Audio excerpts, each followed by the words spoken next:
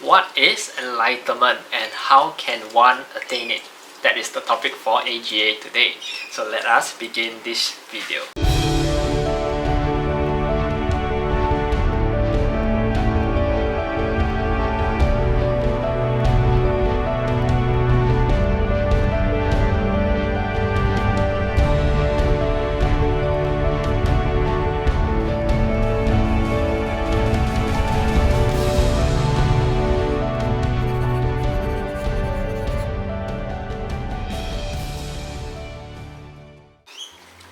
Om Shanti, I am Garret, life coach, yogi as well as spiritual enthusiast.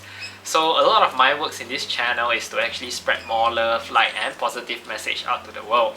So if you do find some of my contents in this channel interesting, please feel free to hit like and subscribe, as well as share your learnings in the comment sections to help those who are also watching this video along. Okay, so let us begin this topic for today and the question for today. Okay. So the question is by A1573021. Oh, that's a long one. Okay, so it goes like that. Dear Garret, I would like to be known as 1573021. A1573021. Okay, I've joined your TikTok once and I hear you speak briefly about your spiritual awakening experience. I believe you're trying to say TikTok live, is it? Okay. Can you please explain in a video if spiritual awakening is similar to enlightenment? If not, what is enlightenment? Does it happen gradually or suddenly? I'm a married man and I have a family to look after. There is no way for me to be a monk. Does it mean I wouldn't be able to gain enlightenment? I am a Buddhist and I would consider myself a devotee who prays regularly. Would I be able to gain enlightenment on pure devotion? Your response is much appreciated. Sincerely, A1573021. Okay, that is a very long name, okay, my friend. So, first and foremost, thank you for your question. I would let me just explain how enlightenment is, okay. But I would say that I may not be the most ideal person to say to tell you about enlightenment, okay, because I don't consider myself as an enlightened being, okay? But let me just briefly answer your question. Firstly, spiritual awakening and enlightenment is far different, okay? Spiritual awakening is just that your soul has just come awakened, that you are supposed to go on the spiritual path. And enlightenment is already at the peak of the spiritual path. So it's just the start and the finish, what you're referring to essentially is, okay? So briefly, I'll just run through what is enlightenment. The word enlightenment, right, is used, misused as well as misunderstood on so many terms and so many times as well. When someone says, I am enlightened, know that he is not enlightened. Okay, I'm pretty sure if you chance upon some YouTube channels, some websites, or even some TikTok channels, you most likely hear certain people say that I'm enlightened. I and enlightened, these two words cannot go together, okay? Firstly, we need to understand both cannot exist. So when one who is enlightened, whenever this question is asked, they simply just keep quiet. Silence. There is no tool there, and there is no experiencer, okay? I experienced enlightenment. This happened to me, that happened to me. It's all misconception of enlightenment. Okay, so we need to know there is no experiencer. It just happened, that's all. Okay, and I is simply identifying yourself with the egoic identity. So suddenly I felt everything is one with me, this or that, but still there is an I. Okay, you notice there is an experiencer and the experience they are having. So it's difficult to say. You get what I mean? It's like saying I did not find myself, or I searched for myself. I did not find myself. Okay, so this is the understanding of enlightenment in the nutshell. Okay, so enlightenment is a state of being. Okay, if you identify with yourself with I, there's an egoic construct that you're still identifying yourself with. So enlightenment don't happen that way. Okay, so subsequently, if let's say you say that you're a married person, right, and there's no way for you to become a monk in order for you to pursue enlightenment, it is still possible. And let me explain. Enlightenment is also, you might be thinking, right, is it a sudden or is it a gradual phase, right? If you're a married man and you're still trying to pursue it, okay? It happens both, I would say. Sometimes it is sudden, sometimes it is a gradual realization, okay?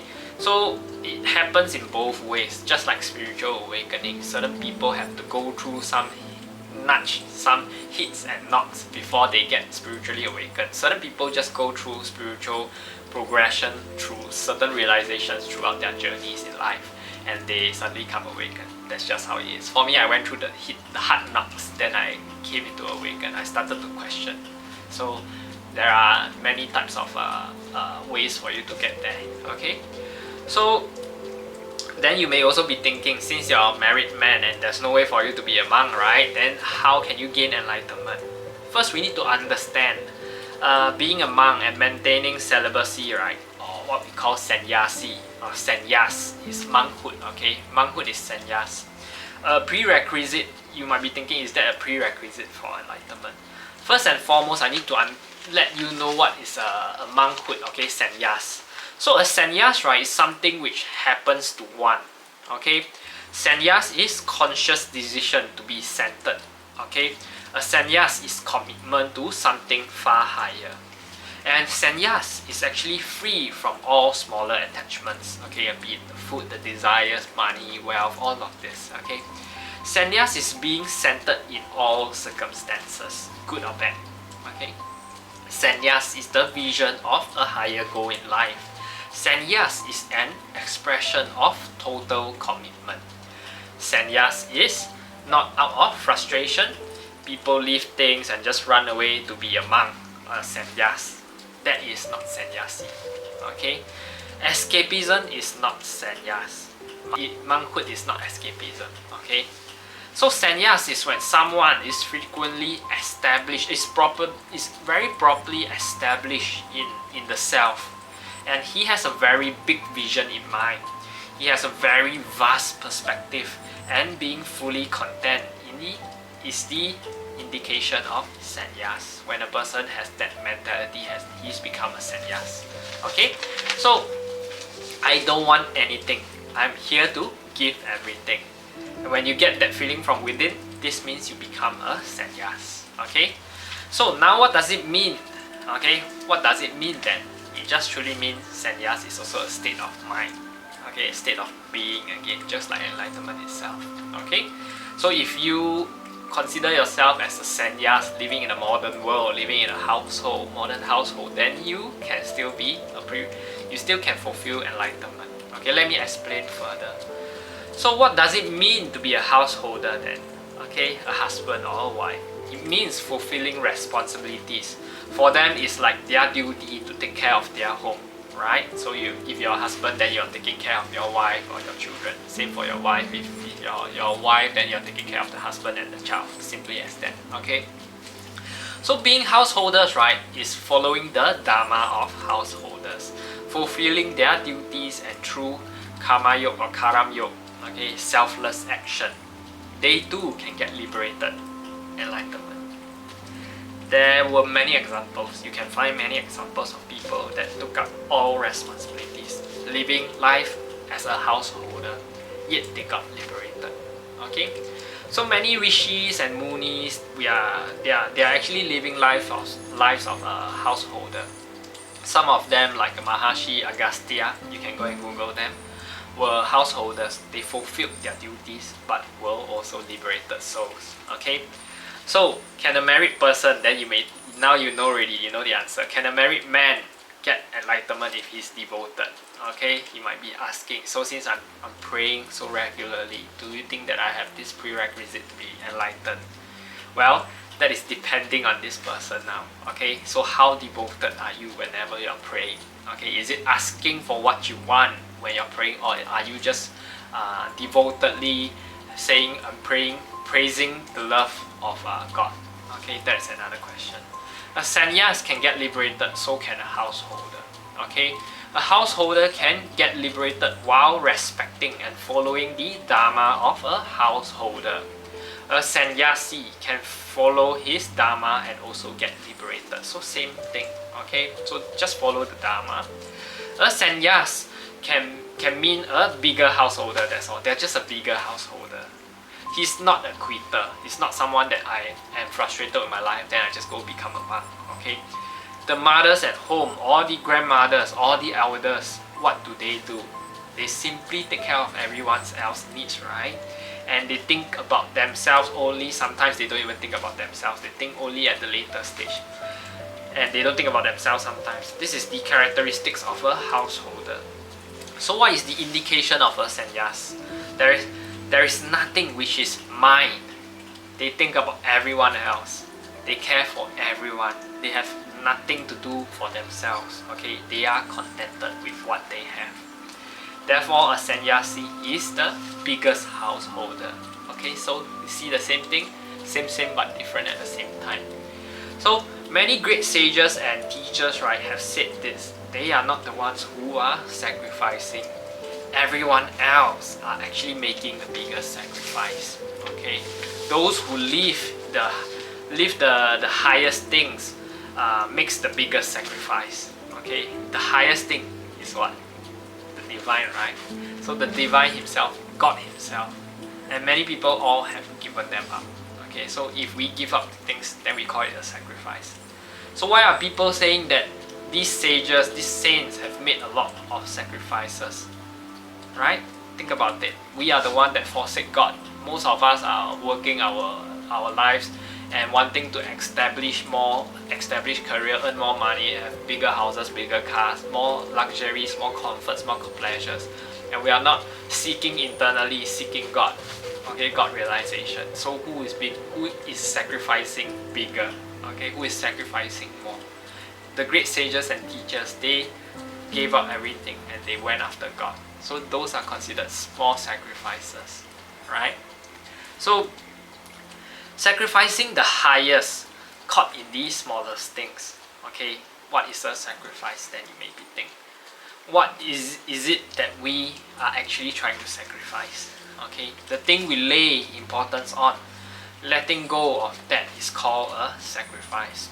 Now if I give a lot of importance to a specific object, okay, say a phone or something, I will say I have sacrificed this thing. We can say for the phone, okay, I am sacrificing it, okay, because this thing means a lot to you. Then when you actually gave it away, then that is a form of sacrificing. So why? Because I gave so much importance to it, simply as that. Okay, the thing that we naturally leave behind, we don't call it a sacrifice. You will never say you sacrifice eating cotton candy when right now. Okay, in childhood, right, we used to eat cotton candy, especially. We never say we sacrifice the cotton candy now, right? Whenever most children see the seller, their eyes would twinkle at the moment when they see the cotton candy store sellers in carnivals as well as stores, right? So similarly for chocolates, sweets, toys, we don't say we sacrifice all of these toys, right? They just got left behind when we start to grow up automatically, right? So in life, when the toys had no importance left, they got left behind. Similarly, your childhood friends, when they were there, okay, you went your way. Now you go your way as well. They went their way. Okay, you guys used to talk every day in the past. Now maybe once or twice a year, or several years, or even in 10 years, you guys just talk once. Okay, that's all that got left behind. Relationships actually just got left behind. Okay, so the same happens when youngsters used to actually roam around day and night following their parents. Okay, now they've grown up and they actually gotten busy in their own style, their own work, their own life. Okay, they have their own children now, right? So this is how life is. Now, there is the only room for high and hello between family members right now, right? So things, people, situations, they keep changing all the time. And we call a sacrifice in which you find some importance in it. So then, who are making the biggest sacrifice?